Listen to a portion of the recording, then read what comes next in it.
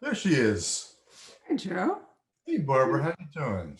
Oh, I'm fine. It's so nice to see you. This is a You. fun day for Boston because, excuse me, I just got a copy of Lisa Gardner's new book, Oh, which, really? yeah, before she disappeared, she's going to start off her tour here, her virtual tour on January 19th. So I tend to think of you and Lisa both. Yeah. Boston. Do you know, I used to think of Linda Barnes. Have you seen Linda in any recent times? Maybe a year ago, something like that. I've seen her. That's recent times. I have seen her, but it's been a long time. She was wonderful. I thought that her series, her Boston Private Yeah, Eye, I'm having a mental blank. Remind me what was her name? I'm blanking on it myself. Okay, well, there we go. Anyway, I loved them, and she toured us around Boston, and it was so great. And then, of Yeah. course, we had Spencer, and I saw that Kate Mattis, who had the mystery bookstore in Boston, recently died. She just died. Yeah. There was What a a good whole, store. yeah, there was a whole of wonderful Boston writers. It's interesting how cities kind of come and go, you know, Yeah. with writers. I mean, Maine now has more writers than Boston, but you wouldn't think Oh, so is with that the true? population. I think so. I think if you think Yes, about Garrett British said, writers, Lisa and yeah, I mean, aside from Stephen King, the big gorilla, but David Rosenfeld moved to Maine. We have Yep. Ted Gerritsen, we have Paul Doiron, and Yep. yep, and over in the Chris Holm. countryside, um, a woman who used to write really wonderful books that were private eye novels, kind of, and now she's writing what they call cozies. Which one? Um, Who's that? I'm trying to think of her name. It'll come to me. I can't think of names today. But anyway, so what's going on with you? Well, I am sort of hunkered down in Truro working on my new book, and I guess I'm about three-quarters of the way through it, something like that. That's what it feels like. Well, that's always good. I mean, you have been publishing in January, but it's nice to take a little break maybe and get in a Yeah, different slot. yeah, exactly. Yeah, it So are is. you having another one of your amazing ideas? I know your last book was the sort of the Purdue family, or no, the Sackler Yeah, family in a exactly. sense. And then you've been after, I mean, you really had some wonderful foundations for your thrillers where you've taken contemporary issues and turned them into exciting things. Your one about the judge, her one, Yeah, reckless night in Chicago, and set right. herself up for and over the years, in fact, I remember back when you were writing very early, you were writing like The Company Man and so forth. A lot of your thrillers were built really on financial plots, weren't they? Kind of business Yeah, oriented. they were. And Company Man was sort of like intrigue within a company, but it was really about the CEO of a company having to do all these layoffs. I remember when I wrote that book, I was really intrigued by what it must feel like to lay off all these people and be hated.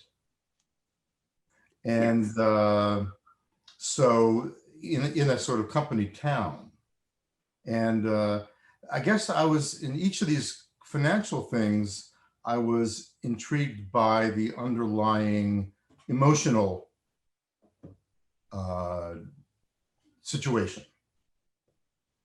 Um, and I think it's pretty much each one of the financial books I can think of. Paranoia. I mean, Paranoia, I didn't think of it as financial. I thought of it as this slacker, Adam Cassidy, hates his job, working for a company, and is given an ultimatum to work against the new company as a spy. Uh, and then my publisher, St. Martin's, decided that I was a financial thriller writer. So people like to create classifications and groups and that kind of thing. Well, it's for sales, and particularly, when Barnes and Noble and Amazon are the leading booksellers, you basically have to give classifications, for algorithms to work, or for that Mhm. kind of concentrated single buyer thing that Barnes and Noble had going for ages. There was one person who was the gatekeeper for That's what's all I sold at know. Barnes and Noble. I think the new guy, James Daunt, is changing that and giving more autonomy to local stores. But I hope so. I mean, yeah, that really, when everything was centrally ordered, that sort of diminished the sense that a bookstore could create its own community, you know, the way you've done at Poison Pen. well, we triumphed over that. In fact, I recently had a discussion with our customers because we accidentally signed up, well, not accidentally, intentionally signed up for a catalog. And I'm so old and so old school, Joe, that I thought they were going to send us a print catalog that we would hand out at the bookstore. To Right. my amazement, um, it turned out not only to be a virtual catalog, but our younger staff, always knowing it would be virtual, sent our customer list out, so all of a sudden my normal customer list is getting this catalog, and they were really upset. Yep. And it gave me a chance to, I killed it, so that was okay, but it gave me a chance to think about why people shop at the Poison Pen. And Mhm. the answer for most of them is so that they're not just getting those kinds of books. They're not getting the obvious books. They're not getting the big bestsellers necessarily. They're not having an algorithm pick their books. Yeah. And, Yeah. we've always been very strong on new writers, helping Yep.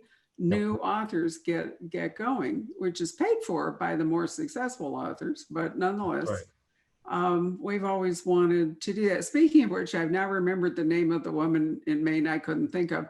Her name was Sarah Graves when she wrote that particular series, and it had to do with like an old house and a financial, made me think of it.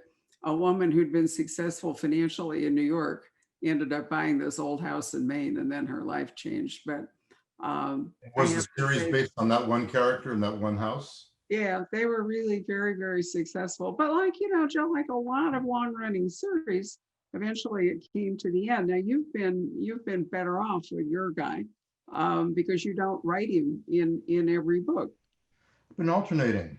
I've been alternating, and for me, it keeps it fresh. I don't know if in publishing terms it's a good idea, but in writing terms, um, every time I go to write another Nick Heller, I'm jazzed about it. I'm very excited because I haven't done it in a while. Right. And in fact, your book, your 2020 book, House on Fire, Yeah. is another Nick Heller. For whatever reason, I keep wanting to call him Nate Heller. Doesn't Max Allan Collins have a Nate Heller? Is there I don't know if there's a Nate Heller. I think there is. I don't know why I keep wanting to call Nick Nate, but I do. And I think that I really do think he's out there somewhere. Yeah. Yeah. And I know that Michael Connelly's hero in the Lincoln Lawyer books is Mickey Haller, Yeah. not Heller, Well, but Haller. right. Close enough to Yep. confuse. But I thought again, Nick has taken us into some really interesting universes. There are very few people who really write financial thrillers. Michael Sears wrote some very good ones Yep. for Soho, and I'm pleased to see he has a new book coming in March, which I haven't read yet, and I don't know what it will be, or maybe it's May. But anyway, he's coming up. Also for And Soho? Christopher Reich wrote a few kind of Yep. financial thrillers, He but now did. he's moved a little more into Sort of sort more of the action heist. thrillers, Hmm? more sort of action, international thriller action kind of stuff. Yeah, well, his first book that was such a success, had to do with Nazi gold in Switzerland and Number count. that kind of thing. And then I'm trying to remember, there was another author who wrote financial thrillers, can't remember, but it was always a very small. Very small. There was a guy named subset. Michael Thomas who wrote financial thrillers, Yeah. and Paul Erdman. I remember Paul Erdman wrote a series of kind of explosive financial thrillers, and I remember he was had been put into prison in Switzerland, and that was his selling point. Was that he got Okay. in Right, trouble. what you know. Exactly. Love it. All right, so tell us a little bit, because the paperback of House on Fire didn't come, I think it came out remind us a little bit about House on Fire. Sure. So House on Fire starts at a funeral when Nick has been told that one of his oldest friends, one of his buddies from the war, has died from an opiate overdose. And he's furious about this. It happens to so many people. He goes to the funeral, and there a woman comes up to him who says she wants to hire Nick. Her family was the family that made a fortune off of opiate drugs. And she wants to hire Nick to prove that the family did this knowing how addictive the drug was. And at first, Nick is sort of doesn't get it, why this woman would be hiring him if her own family fortune is derived from opiates. And it turns out she's the black sheep in the family, and she wants to get her father. So Nick says, I'll do it. And it sort of starts with Nick trying to figure out why his friend died of an overdose, and also to try to figure out whether the founder of the company knowingly launched a drug knowing that it was dangerously addictive. So this is what powers the opening of the book. Which is very effective. In fact, there have been a lot of discussions about the ethics of drug trials, or, what is the human risk in trying to, do you offset a bad reaction for a few people in favor of a positive reaction for many people? Certainly on our minds with the vaccine going. And other questions. I listened to President Obama this morning. He did a very interesting interview with the Washington Post, and he pointed out that there are various considerations with the vaccine in terms of delivering it and prioritizing who gets it and international distribution and so forth.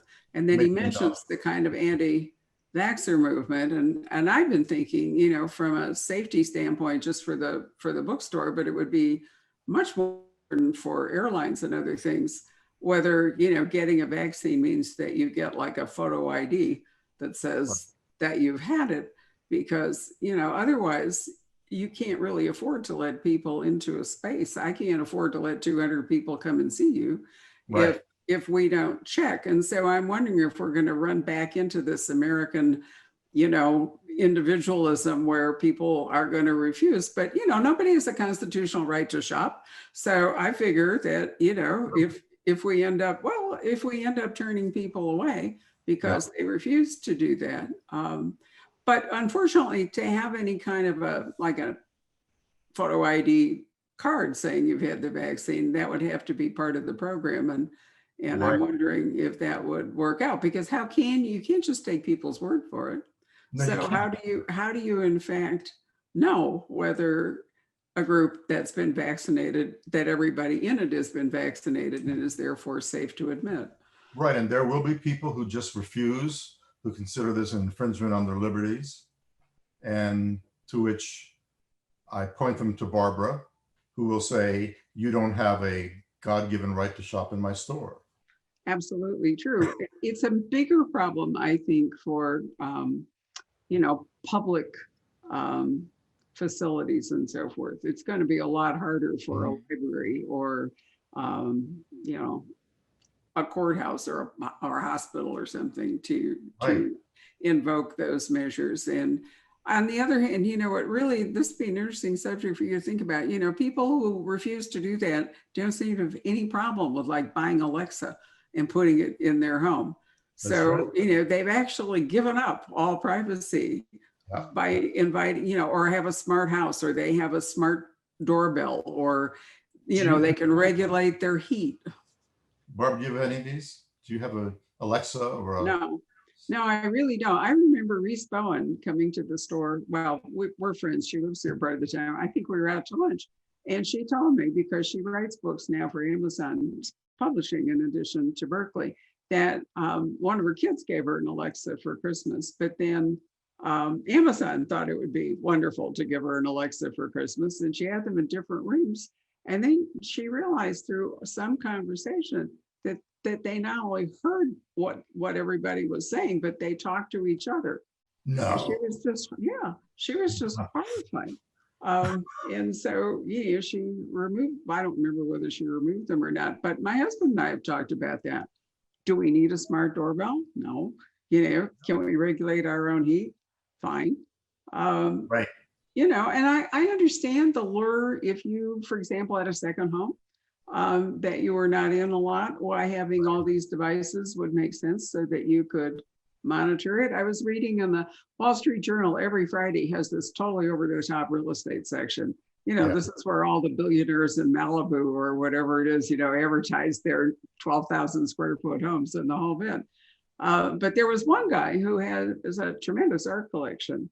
And in order to keep everything in this estate optimally, to optimal conditions for the art, he has, in fact, a super smart house. So, well, because you have to regulate humidity and you have to regulate temperature. And for all I know, he has light controls, blinds going up and down or whatever, not to mention the burglary possibilities, all that stuff. Now, whether he actually lives in this house, I didn't notice. It may just be that the art and the house are a thing over there. But I can see why that would be worth doing if you were protecting something like that in a private setting. Yep. But do you see plots coming your way while we're talking? Yeah. Well, I'm thinking also, does Jeff Bezos have, all these devices in his house? He must, right? Probably. But then, as I say, when you run up against this invasion of privacy versus people voluntarily giving up their privacy for convenience or some kind of security, and it doesn't track. People don't even think of it in those terms. No, they really don't. A vaccine is an infringement on their liberties, but having an Alexa in the house is just fine. Yeah. And I noticed the other day that we have like a record total of measles cases going on because people, partly it's the anti-vaxxers, and then also partly it's that it's hard to get to the doctor during the pandemic. So there may be people ill with measles who would have gotten vaccinated, in better times. I don't really know. A person my age has been vaccinated for absolutely everything, because it wasn't even optional. We were vaccinated for smallpox practically, in the hospital, in the maternity ward. And, we either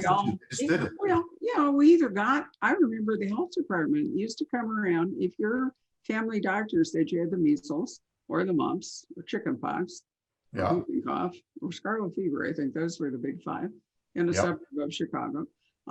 Your family doctor told the health department, and they came around and they banged up a quarantine notice on your house, and you were not allowed to go to school until you were completely clear of all these childhood diseases. And nobody questioned it. It wasn't like everybody was going, no, but today I don't see how that would happen. I remember when I was a kid, there was a scare about polio. And so I was vaccinated against polio, but what a big deal it was when that vaccine was suddenly available after years of the terror of catching polio and what it could do to you.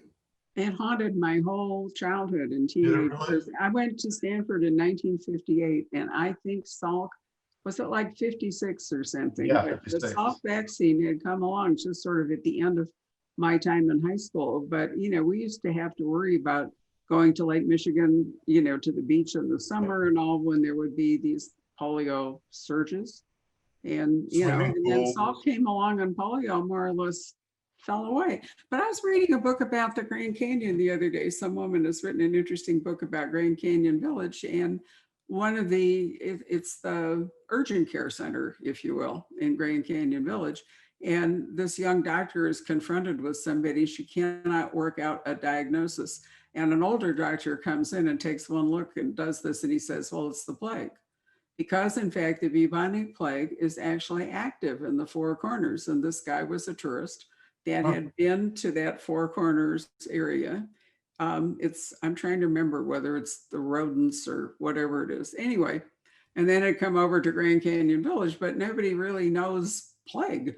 And it took the Right. old doctor to say, oh, it's plague. And there's actually treatment for it now. But imagine, going back to the 14th century when people got the plague and there you were. Right. And you just So, died. There wasn't yeah, no, it no was all. vaccine. Yep. Well, we've had Yeah. lots of plagues in our time, political, medical, all kinds. And there we are. Well, tell us what you're working on. That'd be fun to know, a little preview.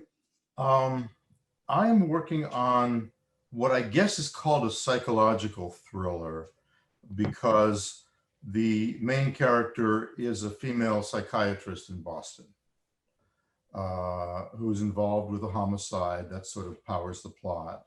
And I have spent a lot of time talking to women psychiatrists to sort of gather the details and the texture and the color. And as you know from my books, I love this sort of stuff. I love plunging into another world, someone else's world, and sort of learning what it's like. What is it like to be a psychiatrist? What's it like to deal with your patients? What is it like when a patient is difficult? How do you handle that? So I'm sort of, it's the same thing I did in writing Company Man, where I spent time with CEOs to get a sense of what their daily life was like. I just each one of my books plunges into a different world and sort of shows you from the inside what it's like. And that comes from my being really curious about what it's like, Well, you've always loved research. Yeah. I've Yeah. known that about you forever. When you wrote the book that came before, I think it was the one before House on Fire about the judge. Yeah. You had to, look into legal procedure and legal ethics and so forth. But Boston is thick with attorneys. So did you just co-opt one? I did. I actually gathered together a group of 5 different judges, all female judges, and sat down with them and asked them all kinds of silly, trivial questions about, what time do they get to work and what do they wear under the robe and all this kind of stuff. And this was my way of sort of making it feel concrete and real. And I loved it. The research was great. I bet you didn't ask them if they would sleep with an attorney while they were away at a legal conference. That was probably your own take on the whole thing. That was my own, exactly. It was. Exactly. Oh, that's great. Yeah. So how is Boston at the moment? East Coast cities have just like Phoenix have really had big ups and downs in the pandemic. Are you guys back under siege? Yeah, Boston is kind of dead. I mean, it's a lot of people seem to have moved out. And where I am right now on Cape Cod, the real estate market is hot because people are buying sort of vacation homes or second homes as their primary residence and selling their condos back in Boston. So there's kind of this migration out of the city and into the sort of rural areas in Massachusetts. So Well, I Boston, think that's true all over. It's not just in Must be. Massachusetts. I mean, Scottsdale is acquiring, of course, nobody's bothering to ask where the water will come from. But aside from that, we're having a huge real estate boom, and certainly either home renovation, which for a lot of people, actually we've done that because we've had a little more time, done some work on the house that was seriously needed. We've even ordered a generator after thinking about what it would be like to be in California during all these brownouts and all, and realizing that we would lose everything. If we went for 3 or 4 days in July in Phoenix without electricity, everything would be destroyed. We had this horrible hot summer, so the whole contents of the house would be. Do you have brownouts in Scottsdale? Not normally. We do have a monsoon season, and sometimes we didn't have any rain this summer. Sometimes in a monsoon season, lightning or the storm, not all utilities are underground by a long shot.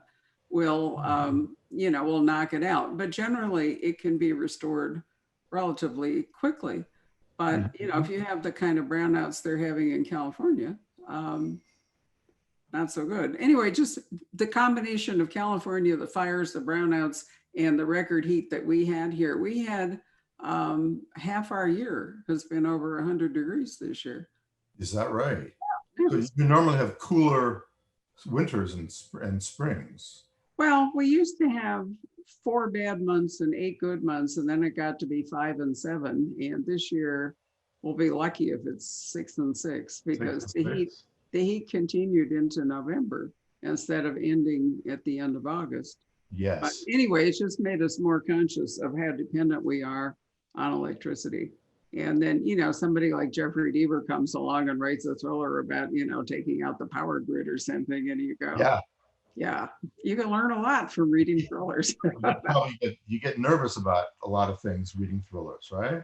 Yeah, well, you do. And I mean, a generator, because we have natural gas, a generator is not that big in investment as compared to what could happen if we didn't have one. But all I'm saying is that I think people become a lot more conscious of their homes and how their homes function and where they want to live. I mean, you've been working at home forever rather than in an office. So for you, working at Cape Cod is not a big deal. But for somebody that's been, let's say, in Hartford in the insurance business, to suddenly find themselves at home is all different thing.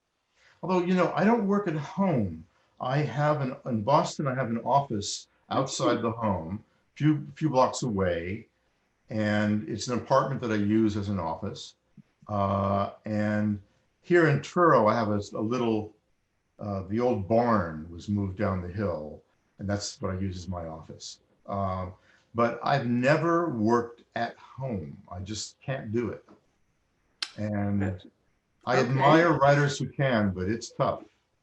I have talked to a number of British authors, and apparently in Britain, most homes come equipped with a garden shed.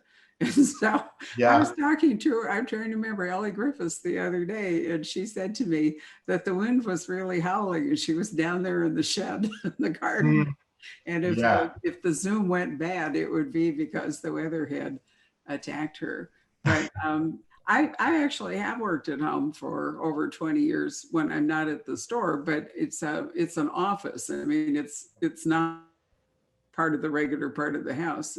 It's set up for one. So, I feel as though I've gone to, and I get up, I get dressed, I start my day at home, but then I get all dressed up as though I were going to work. And then I come down the hall and work in my office and then drive down to the store.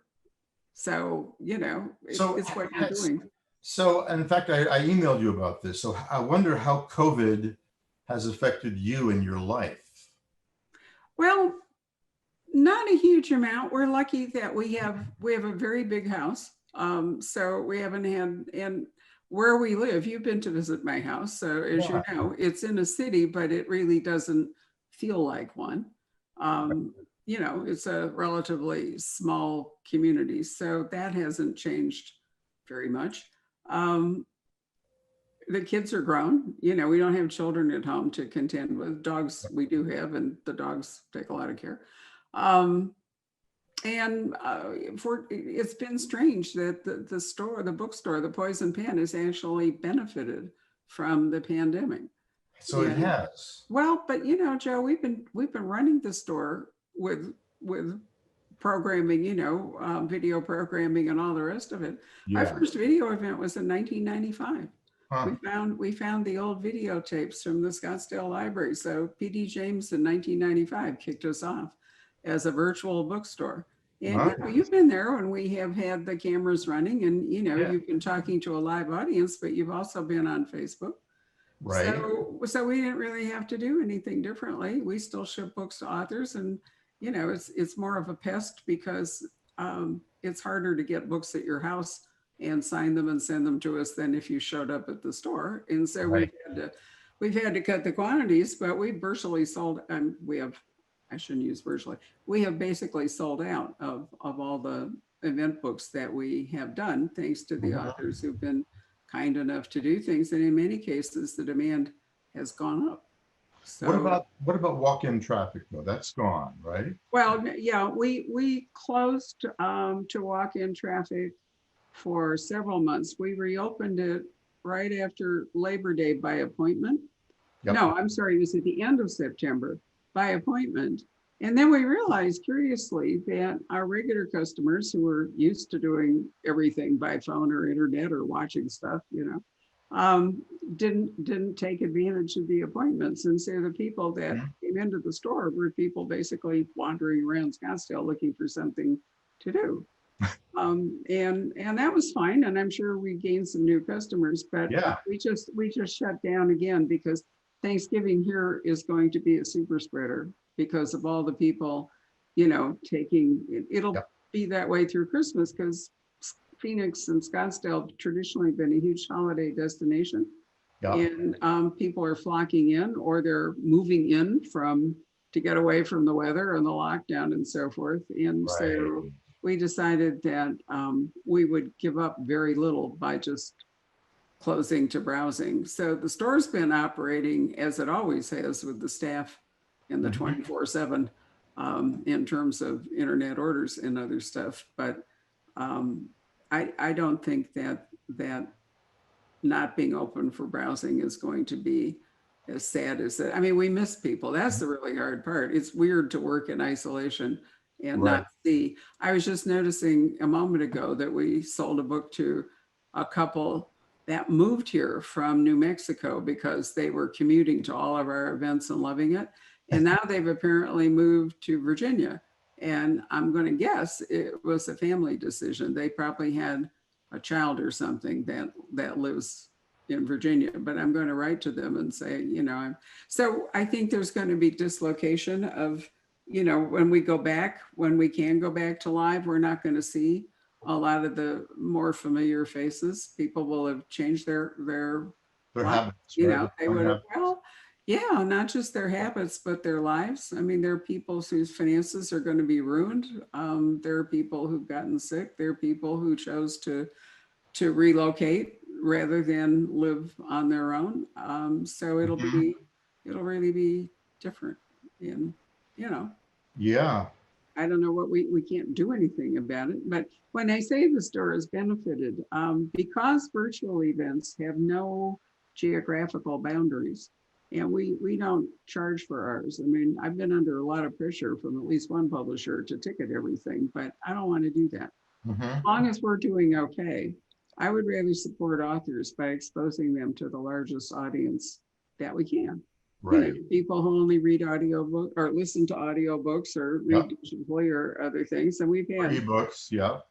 we've had huge numbers, for some of them. I mean, many thousands. Sometimes I think the worst number we've had is somewhere in the 700s or something, but generally it's at least 1,000 and often multiples of thousands. So, in that sense, it's been like a big marketing thing because people, we did a really fun thing with Brad Thor. We had a discussion club 3 months after we launched his book in July and sold it through, and all that was great. But Brad and I recognized that there were aspects of the thriller that we couldn't, as you can't talk about it at a book launch because it's going to ruin it, right? Reading the book. So we thought it'd be fun to get together and do a discussion after everybody had read the book. And Post facto. We had to learn webinar. Brad volunteered to be a guinea pig. He didn't care, it was all going to be fine. And then we recognized while we were talking what a global community we had. We had a guy from New Zealand who emailed his question in case he wasn't able to stay awake long enough. We had some guy from Bulgaria asking questions. We had people all over the world as part of this Brad Thor discussion club. And that is really been exciting. And, so if you think about it as a kind of an amazing marketing opportunity where doing these things exposes you to all kinds of new people that you wouldn't, Janet Ivanovich, for years didn't tour because she liked to do like one ginormous event in New Hampshire where she would get 2,000 or 3,000 people and stay up all night signing books and so forth. Right. And we launched her book on November 2nd, and she's had like over 5,000 views. And, she was Oh, able to reach a much bigger audience yeah, than even when she was doing these mega events in the casino. So it's really yeah. changed how things work. I'm hoping to keep, Accelerated the changes. yeah. So I'm planning to keep the good parts of the virtual world when we go back to live events, and the vaccine news is all encouraging. But Mhm. I think that we can do stuff like those book discussion groups, or we can talk to authors in other countries where we've done a lot of events with British authors, Australian, Swedish. We got we're going to launch Lars Kepler from wherever they live in Sweden next week. Yeah, Um, and so it's given us a chance to talk to authors that might not come to visit us, or to put authors together where it wouldn't have made much sense for their individual publishers, to put them together. I mean, we had Lee Child launch Mark Billingham, and then Mark Billingham turned around and Richard Osman, both of them in England. And, we wouldn't normally have had Mark and Lee in the store at the right. same time. It would have been somewhat bizarre. Um, so we're navigating where we are, and then I think we have to give a lot of thought to navigating where we're going. Um, and I think that this technology came along at just the right time. So are you noticing any kind of trends or any kind of changes in the book market? Well, I think the blockbuster book is becoming um, more impactful than it was. Mhm. It's harder to get attention for smaller books and smaller authors. Our paperback sales have just about fallen away.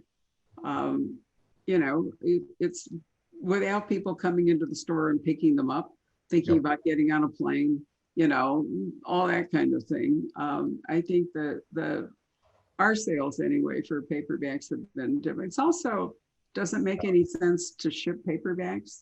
They get damaged. There's not Right. enough money in them to offset the shipping costs and so forth. So we've done a lot of group paperback events and all, but doing them with the understanding they aren't going to make us any money. But I Mhm. think it's harder to launch a new author right now. Yeah. And so I think more attention inevitably is going to more established authors because, they're going to have an audience, and we all kind of Sure know, thing. Sure yeah, thing for what we're doing. publishers. And So, then, I mean, we're going to go from the big five publishers to the big four here any yeah, day if somebody buys Simon and Schuster. And so the consolidation at the top of the publishing game obviously is shrinking things as well. yeah, that is not good. It's not No, good. no, it really isn't. But these are all forces that, I mean, that sale has nothing to do with the pandemic. It has everything to do with Summer Redman and his empire and it breaking up in the same way that when Robert Maxwell died, however he died, well, overboard, but whether it was I know. intentional or That's accidental, we true. don't know. Yeah, But that put, Scribner into Simon and Schuster. So, yeah, this sort of combination of publishing imprints and publishing branches has been going on for a long time. But I think that the more limited opportunities that we have in the pandemic are making it sales opportunities anyway, are making it harder. On the other hand, people have been buying more books than ever because the competing forms of entertainment are yep. either not available or incredibly expensive or perceived as dangerous. And I think therefore there's been more of a reading audience right now than there That's has been. interesting. Yeah, Yeah, it has been for a long time. And without that much else to do, people have been willing to watch things on screen. yep. But I don't think that will continue when people can get back out again. I think they will watch some things, but it's not going to be nearly as concentrated, I think, as it is right now. So that sort of Netflix, Amazon, Apple TV sort of browsing each menu to see what's available, right? It reminds me of when the old days when you used to walk into a video store to decide what to rent that night. and you just get overwhelmed, Yeah. you know? Well, it's absolutely true. I think movie theaters are going to have tremendous problems, Yeah, you know, maintaining themselves. People have gotten much more used to watching things at home, and the number of streaming services has dramatically increased. yep, You know, and you know, while you might be paying, and also if you've signed up and you're paying X amount of money a month for this service and that service, because they can get quite expensive, then to yeah, go out and pay more money to go to a movie in a theater, right. you know, is going to be even more. So I was interested to see that a couple of the big airlines were anticipating a 15% reduction in business travel. And I thought, oh, they've got to be way off. I mean, I can't imagine it's only 15%. I would have More guessed it than would be that. closer It's to gotta be 50. more. Yeah, it's got to be more than 15%. Well, that's just a projection, but you know, if you think about business meetings and so forth and Yeah, travel, now that we have this, Skype was one thing, but now that we have Zoom and these interactive things with chat features and all the rest of it, I think an awful lot of business meetings will, you know, will take place in a virtual world. So it will certainly impact the airlines and how they operate.